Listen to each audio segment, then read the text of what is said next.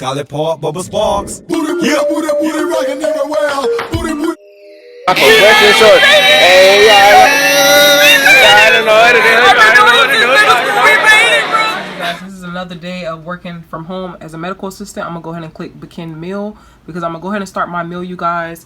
And this is the icon that I usually click right there. And then they always prompt me to go ahead and start the next question right here to go ahead and put in what I need to.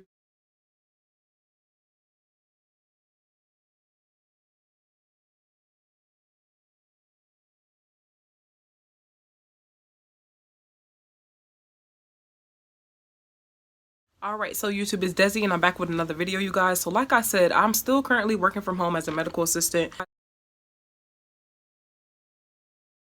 I was able to find a remote job, and basically I've been trying to update you guys as much as I can with everything that's been going on. So they were finally able to obtain our credentials. I was finally able to find out the hospital that I'll be working with. Now today they're going to give me like a practice type hands-on material that can kind of let me know as far as on how to work with the chart. So most of the things that I'll be doing as a medical assistant, so basically they partner us up with hospitals. Once we partner up with the hospitals, they'll then partner us up with certain physicians that we'll be working with. So basically our job is to pretty much generate the progress note for the doctor. We also have to make sure that we continue to update as far as for the medications. So any new medications that the patient will be taking or how is it working for them, we have to make sure that we type in there, you know, the information that's provided, making sure that we understand as far as for is the medication working for them, is it a change for a new medication, you know, a little bit more as far as for how that works. I can go a little bit more in depth with you guys once I get the practice on today, but it took so long for the credentials to come in, so I wasn't able to pretty much let you guys know as far as for how does that work. But after seeing today, we have been shadowing most people lately, so they've been kind of showing us on how they work with the charts and everything, so I can kind of tell you guys details as far as for that. I also see on there where we generate as far as for the SIG information. So whenever you see SIG, that's pretty much the directions on how the patient is going to take the medication.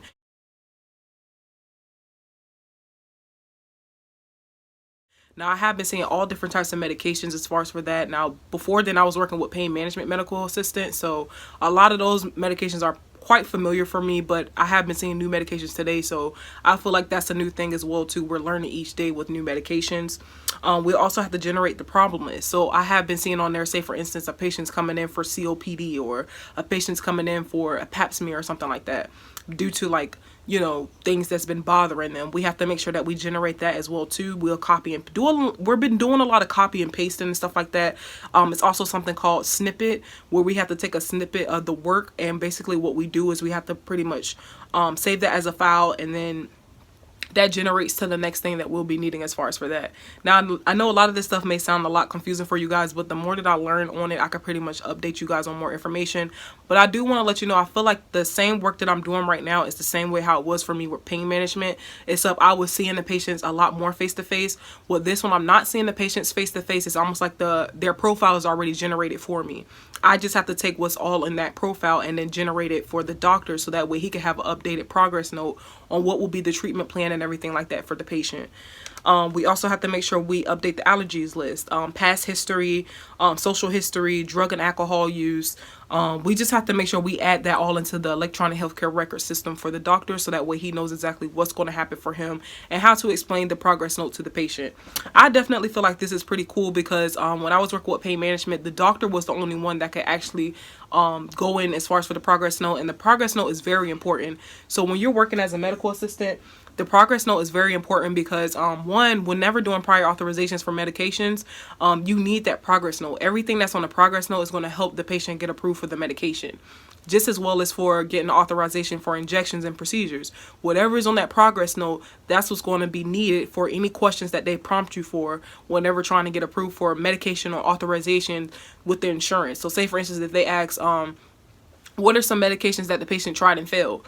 Whenever doing this job, say for instance, it's in the notes or something like that saying, yeah, the patient was taking the Percocet and the Percocet was causing itching to the patient. She has tried this medication prior coming to our practice and wanted to see if she could try it out again, and it still caused the same itching to her. So patient would like to try a different medication. So what we'll do is take that information and plug that in. So that information is already on the progress note. We'll plug that in for if we're doing any type of any type of authorization for medications or procedures. That way that can help it get approved. So that's what I'm saying. The progress notes is definitely something major. I feel like I'm so glad that I'm getting experience as far as for this, because like I said, some doctors, they're very skeptical on giving a lot of medical assistants that type of access, especially the job that I used to work at. The MA that was before me, she took that as her advantage and kind of like used that information for other stuff. So a lot of doctors are a lot more secure on those type of things. But I feel like this job is very confidential, and the thing about it, with working from home, they can track and see exactly what we're doing. So it's not like, say for instance, I could pretty much take the patient's information and then put it onto something else. They can see exactly what we're doing on the computer. So I definitely feel like that's good as well too. I'm still learning a lot more, but I definitely feel like the benefits of working from home as a medical assistant, one, time consuming, you know, I definitely feel like it's definitely good as far as for with the time range. I'm still 8 to 4:30. Also, even though I haven't been able to take blood pressure and stuff like that, I still understands the understanding for vital signs and stuff like that. Also, the communication with the doctors, I feel like that's awesome, because honestly, if you want to do like a call out or something like that, you have to communicate with your hiring manager and whatnot. And not only that, throughout my whole entire time working, we do like this voice call thing, so everybody's connected onto the voice call, where we have to like do like a certain access code and everything like that. So I feel like the communication is major. You know, even with working with pain management, I was working with one doctor. The communication wasn't always there, and I that's one thing about me. Like, if I'm working with the doctor, I need to know exactly what exactly is the next step. Like, what are we doing? Because it's the fact that the matter is, communication matters, because if the patient asks me a question, I want to be able to answer it due to the communication that we have, you know. Another good thing, I don't have the phone ringing on and off as far as for patients. Like, when I was working at pain management, it was ringing nonstop with patients asking the same questions, or a patient needing help with logging in. And with this, I don't have any issues with logging in. It goes directly where I need it to go. The only thing I can say was the only issue was getting these credentials for so long. But now that we finally got that step out the way, I can finally go into what I'll be doing every day. So I can kind of let you guys know. This job pays a lot more money. Like I said, I'm making $20 an hour working from home as a medical assistant. For the most part, I feel like I'm gonna get a lot more experience with insurance with this job. I mean, I had good experience with insurance with pain management, but that was just like with prior authorizations. As far as for handling deductibles and co-pays and stuff like that, only the front desk would do that. So I will see as far as for, am I'm getting more in depth as far as for this. But my main job is to pretty much help the charting part for the doctor, so that way he has a better understanding of his progress note.